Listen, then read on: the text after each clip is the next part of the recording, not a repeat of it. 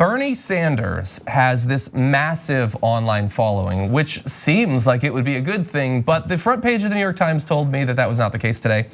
In one of many articles over the past week or so attacking his online supporters, they went in depth into the bros.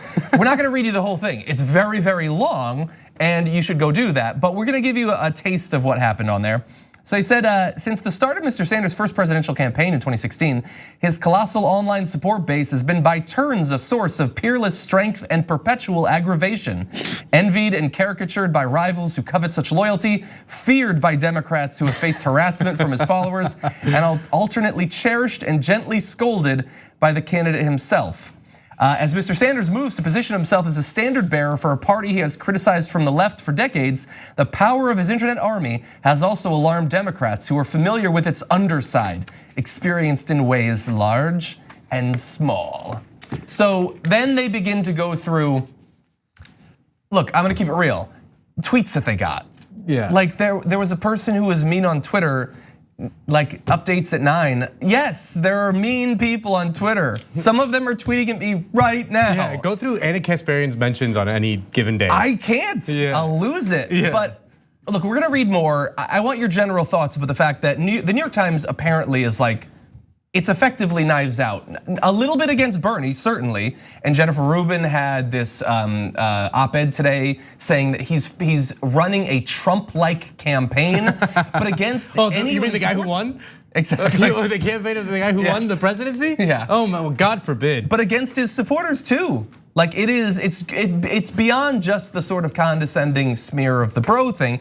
It is full, lengthy articles with multiple bylines on it, attacking his supporters. Do you think it is a coincidence, John, that the latest polling out of Iowa has Bernie up 9 points and that we are seeing this rash of anti-Bernie bro pieces at the same exact time? Do you think that is a coincidence? I think the chances that it's a coincidence is as high as the chance that Pompeo could point out Ukraine on a map. Djibouti on a map. Yes, exactly. No, I do not think at all. And the thing that bothers me so much is almost all of these attack pieces, they're supposedly their concern that's always expressed at some point in the piece, usually about halfway down, sometimes near the end, is, and the big issue is that his supporters are hurting unity and they're attacking other candidates. And Bernie himself is not showing unity because he's attacking other candidates. And here's 3,000 words about why he's Trump. Basically, every one of them is, how could you possibly attack a candidate who could become the next nominee and we're gonna shred you over it? You know, Adam Gaffney had a good tweet that was like, say I went online and wrote a big thing about how Star Wars is a billion times better than Star Trek. And then a bunch of Star Trek fans said that they disagreed with me and were angry with me online. And then I could say, look, obviously Star Trek fans are meaner than Star Wars fans. You know, like, well, yeah, because if you talk crap about the thing that they like, they're gonna be mad at you, not the other way around.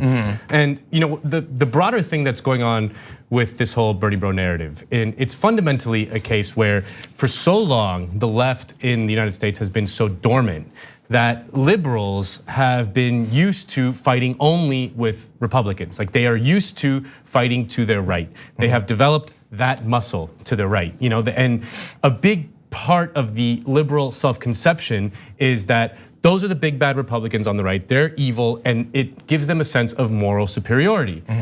When they get attacked from the left, it's like, oh my God, this is a new thing that I'm not used to. It's a thing that I've never had to deal with in the past. And for starters, it challenges my own moral superiority or sense of moral superiority.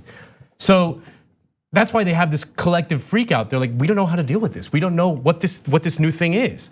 And it's gotta be this new toxic thing that I can't, that has to be destroyed, because it's something that's completely new to them. And in the New York Times piece, they actually allude to that Bernie has been criticizing the Democratic Party from the left for decades. That didn't register to most liberals forever because Bernie was a relatively obscure figure and didn't have any sort of real base of support outside of Vermont. Yeah. But now that he does, it's this new thing that they're just not used to. So that's fundamentally what's happening. Well, I mean, we always complain, primarily Cenk does, about how Democrats don't do anything. There's not enough fires, not enough anger, and it does too. So when it comes to these types of things, when they actually are coming, as you mentioned, it's not comfortable and it's not normal to them. So when you start seeing fire and anger from the left of a certain segment of the party, they think, man, I only hear this usually from the right, as you mentioned. But the thing is, when it comes also with policy behind it and anger because of how you're muting that or misinterpreting or mischaracterizing all that, that part gets ignored because we don't want to address the policy problems that we have. Let's just address the way that they're talking to me, which then comes the complaint, or at least the comparison about how he's running a Trump-like a campaign. If he's running a Trump-like campaign, he has to be at rallies going, that's right, every Hillary supporter I've seen here, get her the hell out of here. At least in 2016, or even now to come after people's support groups. So when someone comes online, there's a part of this, again, like you mentioned, a very long article where people that are supporters of Sanders are saying you can't control these folks. And as we've seen, there are annoying supporters of every candidate. Of course there are, because that's where annoying people are online. So that's where that's where they're allowed to just say whatever they want without having much of a responsibility to take over what they've said. You have to understand that's the nature of the game, and when I don't want to deal with it, I don't go. Annoying people from from when humanity descended from the trees, they sat around for 100,000 years being bored, and then Twitter was created, and then suddenly they had something to do. And here's the thing: there are examples here of feminist authors getting death threats and things like that. A lot of examples like that. Obviously, all of that is 100% unacceptable. And if you are a Bernie Sanders supporter and you're doing that sort of thing, you need to seriously think about whether you hold the values you think you hold. But if you are anyone, don't do that. And I got news for you, it is all over the place. I've received death threats, Anna receives 100 times as many death threats. Awful people should stop being awful. But I got news for you, when we assert that there's bad people all over, I can also say, but Bernie Sanders supporters in general are better in these ways. And I say that as a direct result of polling that I've seen. When they asked back in 2016, the supporters of a bunch of different candidates on the left and on the right, they asked them questions intended to measure things like misogyny and racism. They asked them questions like, are black Americans lazier than white Americans? Are black Americans more criminal than white Americans? And I got news for you.